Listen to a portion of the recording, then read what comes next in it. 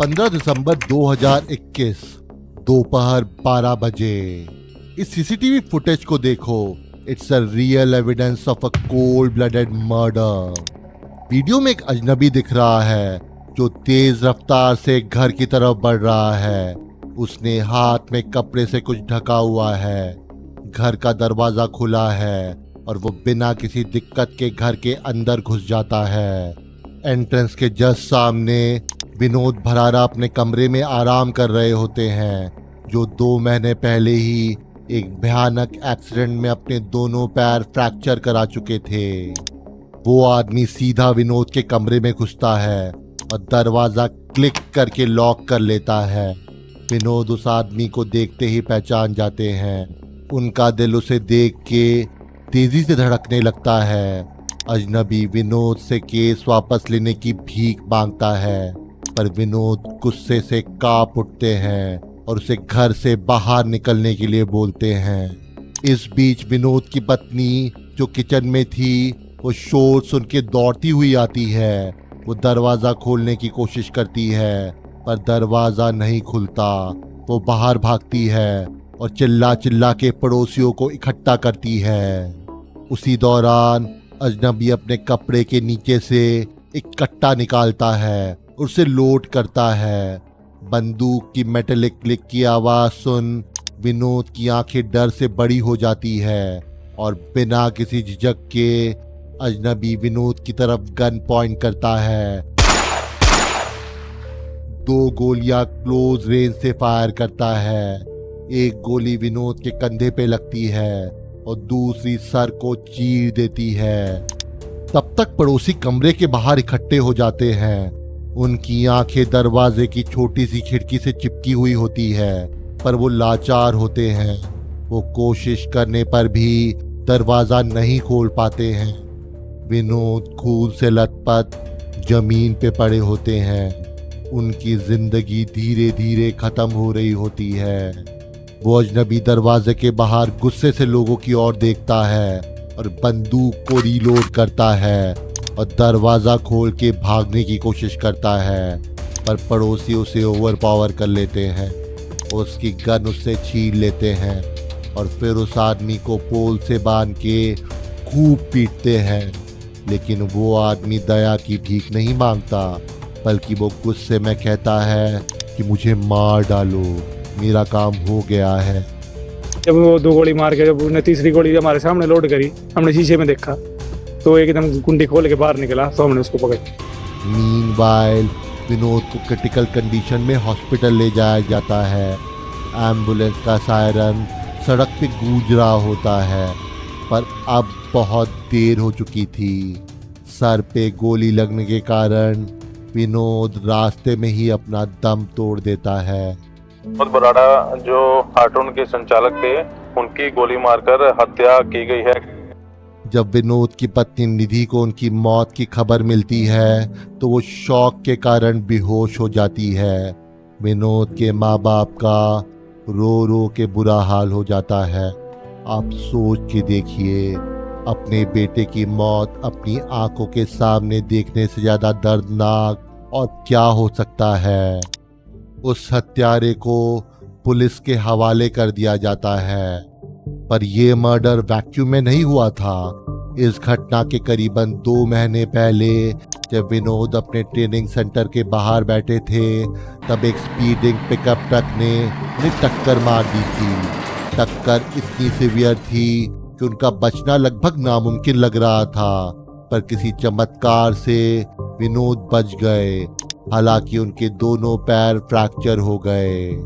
Driver घटनास्थल से भागने में कामयाब हो गया, पर वहां मौजूद लोगों ने ट्रक का नंबर नोट कर लिया और पुलिस ने उसे जल्दी ही पकड़ लिया। अब इंडिया में हिट एंड रन केसेस को लॉ बहुत सीरियसली नहीं लेता है, तो ड्राइवर कुछ ही दिनों में बेल पे बाहर आ गया। ये ड्राइवर वही आदमी था जिसने 2 महीनों बाद विनोद का मर्डर किया था। उसका नाम देव सुनार था। पुलिस की प्रिलिमिनरी इन्वेस्टिगेशन में ये सामने आया कि देव एक्सीडेंट के बाद से ही विनोद पर केस वापस लेने का दबाव बना रहा था, तो देव ने गुस्से में उनका मर्डर कर दिया क्राइम, कल्प्रेट और मोटिव। इस केस में पुलिस को सब कुछ क्लियर था। ये एक ओपन एंड शट केस था। जब ये केस कोर्ट में चल रहा था तब 2 साल बाद पानीपत के एसपी अजीत सिंह शेखावत को एक व्हाट्सएप मैसेज मिला, I know who killed my brother. ये मैसेज विनोद के भाई प्रमोद का था जो ऑस्ट्रेलिया में जॉब कर रहा था। उसने क्लेम किया कि ये मर्डर किसी करीबी रिश्तेदार ने किया है और देव सुनार बस एक मोहरा है। एसपी शेखावत जो अपनी इंटीग्रिटी के लिए जाने जाते थे, उन्होंने केस की फाइल्स मंगवाई और इस केस के पुलिस इन्वेस्टिगेशन को थॉरोली रिव्यू किया। उन्हें इनिशियल इंक्वायरी में कई लूप होल्स नजर आए। सबसे इंपॉर्टेंट बात यह थी कि देव सुनार का मोटिव इतना सॉलिड नहीं था। देव सुनार अगर हिट एंड रन केस में कन्विक्ट हो भी जाता तो उसे ज्यादा से ज्यादा 1 से 2 साल की सजा होती। तो फिर वो ऐसा मर्डर क्यों करेगा जिसमें उसे मिनिमम उम्र कैद की सजा हो? एसपी शेखावत ने केस को रीओपन करने का फैसला किया और एक स्पेशल टीम बनाई जिसने गुपचुप तरीके से केस को वापस से इन्वेस्टिगेट करना चालू किया। और फिर जो सच सामने आया उसने इस केस का डायरेक्शन पूरी तरह से बदल के रख दिया। एक गहरी साजिश का पर्दाफाश हुआ जो बहुत सिनिस्टर थी, जिसकी किसी ने कल्पना भी नहीं की थी। एक ऐसा विश्वासघात सामने आया जिसने सबके होश उड़ा दिए। विनोद भरारा का जीवन एक परफेक्ट मिक्स था, सक्सेस, हैप्पीनेस और पर्पस का। पानीपत में उनका अपना एक थ्राइविंग कंप्यूटर सेंटर था और उनका उद्देश्य सिर्फ पैसा कमाना नहीं था बल्कि आईटी नॉलेज अपने शहर के लोगों तक पहुंचाना भी था। हार्टरूम का हमेशा उद्देश्य ये रहा कि आईटी से संबंधित ज्यादा से ज्यादा जानकारी हम अपने पानीपत वासियों तक पहुंचा सके। विनोद सिर्फ अपनी फील्ड में ही नहीं बल्कि सोशल वर्क में भी एक बीकन थे। वो अनाथ बच्चों को फ्री में एजुकेशन देते, एनवायरनमेंट के लिए अवेयरनेस रेस करते, जरूरतमंदों को खाना बांटते और मुश्किल वक्त में लोगों की मदद करते। उनका कैरेक्टर ऐसा था कि समाज में उनका नाम बहुत इज्जत से लिया जाता था और हर कोई उनकी बहुत रिस्पेक्ट करता था। विनोद की मैरिड लाइफ भी बेपनाह खुशियों से भरी हुई थी। अपनी वाइफ निधि के साथ वो एक खुशहाल जिंदगी जी रहे थे। उनके 2 प्यारे बच्चे थे, एक बेटा और एक बेटी। ओ तेरे यार नू दबन नू फिरदे सी पर दबदा क्या। बिजनेस भी अच्छा चल रहा था, इसलिए पैसों की भी कोई कमी नहीं थी। फैमिली में सभी एक दूसरे से एक मजबूत डोर से जुड़े हुए थे। न फैमिली में कोई विवाद था और न कोई रंजिश। आज के दौर में भरारा फैमिली एक आदर्श फैमिली की तरह थी, बिल्कुल वैसे ही जैसी हम मूवीज में देखते हैं। विनोद और निधि का रिश्ता न सिर्फ अच्छा था बल्कि वो एक दूसरे के लिए सपोर्ट स्ट्रक्चर थे। विनोद के लिए निधि उनकी बेटर हाफ से भी बढ़कर थी। दोनों के बीच कभी भी कोई झगड़ा या डिसएग्रीमेंट्स नहीं हुए। निधि का रिश्ता विनोद की फैमिली से भी बहुत क्लोज था। पूजा पाठ हो, फेस्टिवल हो या फैमिली टाइम, निधि हमेशा विनोद का साथ देती थी। विनोद की लंबी उम्र के लिए वो करवा चौथ का व्रत रखती थी। फैमिली का हर मेंबर उसे बेपनाह प्यार करता था और सम्मान देता था। और निधि न सिर्फ एक आइडियल वाइफ थी बल्कि एक आइडियल बहू और लविंग मदर भी थी जो अपने बच्चों की परवरिश बहुत प्यार से करती थी। निधि की मैरिड लाइफ में वो सब कुछ था जिसकी एक लड़की सपना देखती है। तो as I said, Vinod Bharara का जीवन एक परफेक्ट मिक्स था, सक्सेस, हैप्पीनेस और पर्पस का। और निधि के बिना उसका जीवन अधूरा था। लेकिन कभी कभी परफेक्ट डायनेमिक्स में एक छोटा सा बदलाव सब कुछ उलट पुलट करके रख देता है। जैसे एक छोटी सी चिंगारी पूरे जंगल को आग लगा देती है। मैंने आपको वीडियो में पहले भी बताया था कि इंडिया में हिट एंड रन केसेस को लॉ ज्यादा सीरियसली नहीं लेता, तब भी नहीं जब एक्सीडेंट में किसी की मौत हो जाती है। और इस लूप होल का फायदा उठा के इंडिया में कई लोग एक प्रोफेशनल किलर को हायर करने की बजाय एक ड्राइवर को मर्डर की सुपारी देते हैं, क्योंकि अगर कोई मर्डर करते पकड़ा जाता है तो मिनिमम उसे उम्र कैद की सजा होती है, लेकिन अगर कोई रोड एक्सीडेंट में किसी को मार दे तो ज्यादा से ज्यादा 1 से 2 साल की सजा होती है और बेल भी कुछ ही दिनों में मिल जाती है। पुलिस इस लूप होल को अच्छे से समझती है, इसीलिए जब भी एक्सीडेंट में किसी की मौत हो जाती है तो ड्राइवर को अच्छे से इन्वेस्टिगेट किया जाता है कि कहीं इसने सुपारी लेके तो एक्सीडेंट नहीं किया है।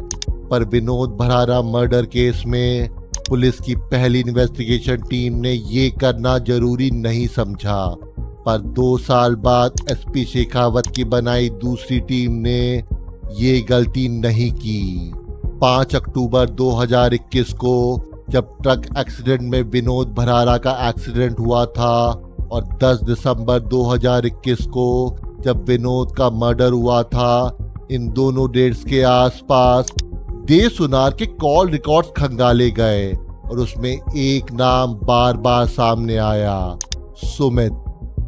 एक्सीडेंट के कुछ दिन पहले से और फिर विनोद के मर्डर तक देव सुनार की सुमित से फ्रीक्वेंटली बात होती थी।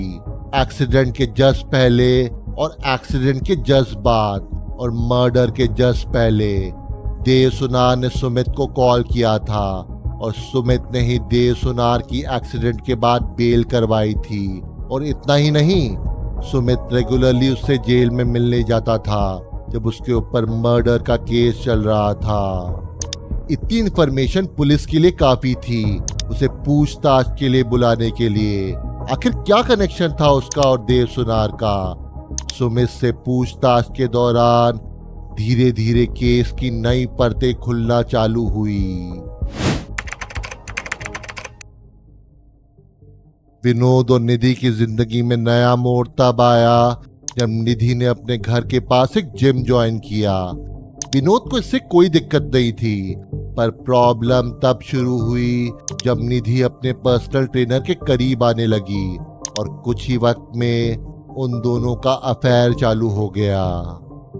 नया नया इश्क छुपाना बड़ा मुश्किल होता है, क्योंकि आपके हाव भाव, चाल ढाल, मेंटल स्टेट सब में अंतर नजर आने लगता है और अगर कोई इसे छुपाना चाहे भी तो सच सामने आ ही जाता है।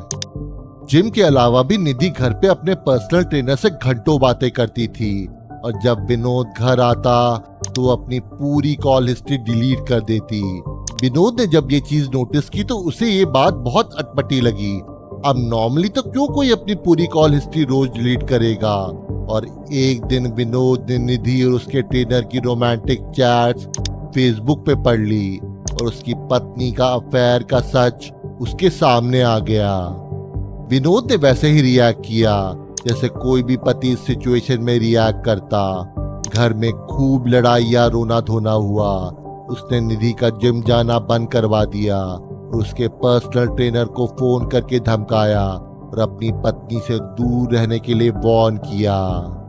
पर विनोद अपनी 20 साल की शादी को इस अफेयर के लिए जेप्रोडाइज नहीं करना चाहता था। निधि और उसके 2 बच्चे भी थे। विनोद ने सोच समझ के इस बात को यही दफन करना जरूरी समझा और परिवार में किसी को इसके बारे में नहीं बताया।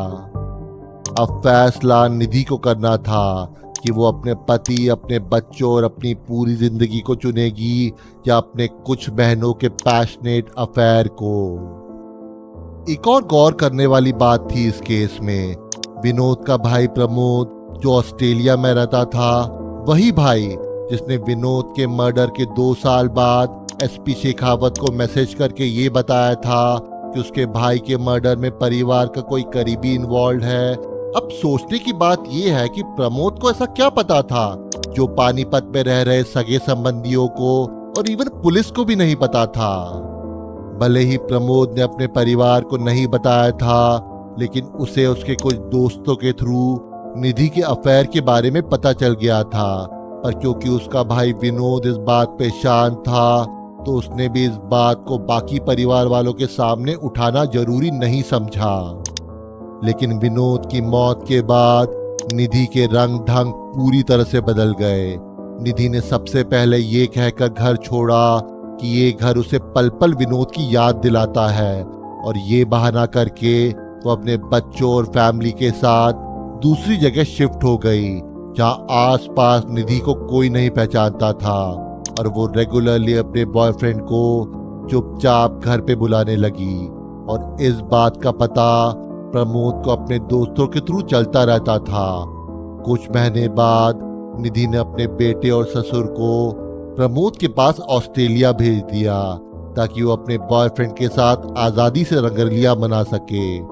इसके अलावा विनोद की मौत के बाद उसके पास लाइफ इंश्योरेंस का सारा पैसा भी आ गया था, लेकिन हद तो तब हो गई जब उसने कोर्ट में देव सुनार को पहचानने से इनकार कर दिया, जिसने उसी के सामने विनोद की हत्या की थी। ये सब काफी था प्रमोद के मन में शक पैदा करने के लिए कि शायद निधि ने ही विनोद को रास्ते से हटाने के लिए उसकी जान ली है, ताकि इंश्योरेंस के पैसे के साथ वो अपने बॉयफ्रेंड के साथ नई जिंदगी शुरू कर पाए।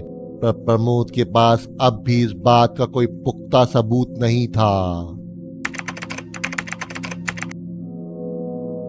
अब ये बात तो पक्की हो गई थी कि निधि ने अपनी स्टेबल लाइफ और पैशनेट अफेयर के बीच क्या चुना था, पर क्या सच में उसने अपने पति की हत्या करवाई थी? इसका जवाब आपको सीसीटीवी फुटेज में मिलेगा जो मैंने आपको इस वीडियो के शुरुआत में दिखाई थी, पर उसमें एक क्रूशियल डिटेल मिसिंग था। Let me show it to you again. 15 दिसंबर 2024 की सीसीटीवी फुटेज में जब देव सुनार विनोद के घर में घुसता है तब निधि किचन में खाना बना रही होती है, और देव के आने की खबर उसे पहले से होती है, इसीलिए उसने मेन डोर अंदर से लॉक नहीं किया था। फुटेज में क्लियरली विजिबल है कि देव सुनार जब अंदर आता है तो निधि को देख के नमस्कार करता है, और फिर दोनों इशारों में एक दूसरे से बात करते हैं। निधि खुद इशारा करके देव को उस रूम में भेजती है जहां विनोद लेटे आराम कर रहे होते हैं, और जैसे ही देव कमरे में दाखिल होकर विनोद पर हमला कर देता है, निधि की एक्टिंग शुरू हो जाती है और वो चीखते हुए मदद के लिए बाहर भागती है। इस फुटेज को देखकर मुझे माधव जी का एक शेर याद आता है, फिर चीखते फिर रहे बदहवास चेहरे, फिर रचे जाने लगे षड्यंत्र गहरे। गौर से देखेंगे तो निधि ने दरवाजा खोलने की ज्यादा कोशिश भी नहीं की, क्योंकि ये सारा खेल तो उसी का रचा हुआ था। सीसीटीवी फुटेज ने 2.5 साल पुराने केस पर एक नई रोशनी डाल दी, मगर एक सवाल जो मेरी तरह आपके भी मन में होगा कि आखिर 2.5 साल पुराने इस फुटेज को पुलिस ने तब क्यों नहीं देखा? इसका जवाब है इनिशियल इन्वेस्टिगेशन टीम की आधी अधूरी जांच, जिन्होंने कभी भी इस केस की तह तक जाने की कोशिश नहीं की, और सबने मान लिया कि एक एक्सीडेंट के केस को लेकर लिया गया बदला है। पुलिस ने जब ये फुटेज निधि के सामने रखी तो उसने बातें इधर उधर घुमाने की कोशिश की। जो आपने देखा है क्या करना था? ऐसे ही करके खड़ा हो तो मैं कभी देखी भी नहीं थी कि इसके बंद हो गया, बाद में पता लगा। लेकिन कहते हैं कि जब पुलिस अपने आप पे आती है तो मुर्दे भी बोलने लग जाते हैं, और यहाँ से पूरी कहानी सबके सामने आ गई। निधि और उसके बॉयफ्रेंड की साथ में और फिर अलग अलग बिठा के पूछताछ की गई, और दोनों ने एक ही कहानी बताई। पर उसका बॉयफ्रेंड कौन? अब तक तो शायद आपको समझ में आ ही गया होगा। उसका बॉयफ्रेंड सुमित, जो देव सुनार से विनोद के मर्डर और एक्सीडेंट के दौरान हमेशा टच में रहता था और उसे जेल में मिलने भी जाता था। विनोद को निधि के अफेयर के बारे में पता चलने के बाद निधि और सुमित का मिलना पूरी तरह से बंद हो गया, पर इसका मतलब ये नहीं था कि उनका प्यार खत्म हो गया। एक दिन मुश्किल से दोनों मिले और सुमित ने निधि को सजेस्ट किया कि अगर उन दोनों को साथ रहना है तो उन्हें विनोद को रास्ते से हटाना पड़ेगा, और निधि ने बिना किसी सोच विचार के हाँ कर दी। सुमित ने देव सुनार को 10 लाख रुपए में विनोद की सुपारी दी। प्लान ये था कि देव गाड़ी से कुचल के विनोद को मार डालेगा। सुमित ने ही देव को नई गाड़ी खरीदने के लिए पैसे दिए थे, लेकिन सुमित के पास इतने पैसे नहीं थे। ये पैसे उसे निधि से मिल रहे थे, जो पूरी तरह से इस प्लान में शामिल थी। उसी ने 5 अक्टूबर 2021 को सुमित को बताया था कि शाम के वक्त विनोद अपने ट्रेनिंग सेंटर के बाहर बैठा होगा और ये सही समय होगा उसे जान से मारने का। और ये बात सुमित ने देव को बताई, और प्लान के मुताबिक देव ने विनोद को अपनी गाड़ी के नीचे कुचल दिया। पर सैडली फॉर देम विनोद जिंदा बच गया। और फिर 2 महीने बाद देव सुनार ने विनोद के घर में घुस के उसे जान से मार दिया और अपना काम पूरा कर दिया। देव सुनार तो पहले से ही जेल में था। रमनिधि और सुमित भी पुलिस की गिरफ्त में हैं और तीनों पर नए सिरे से केस चल रहा है। अब ये समझ पाना तो मुश्किल है कि शादी के 18 साल बाद कोई औरत अपने पति और बच्चों के साथ इतना बुरा कैसे कर सकती है। अगर उसने डिसाइड कर ही लिया था कि उसे सुमित के साथ रहना है तो वो विनोद को डिवोर्स भी दे सकती थी, पर उसे लाइफ इंश्योरेंस के पैसे भी चाहिए थे। उसे सब कुछ चाहिए था, पर अल्टीमेटली उसे क्या मिला? अब वो अपनी पूरी जिंदगी जेल में काटेगी। मैं ये भी नहीं मानता कि विनोद ने अपनी पत्नी को पहचानने में गलती की, क्योंकि 18 सालों तक निधि उसके लिए एक परफेक्ट वाइफ थी। पर इंसान कब गिरगिट की तरह रंग बदल ले, ये जान पाना मुश्किल ही नहीं, नामुमकिन है। स्टे सेफ, और मैं आपसे अगले एपिसोड में मिलता हूँ।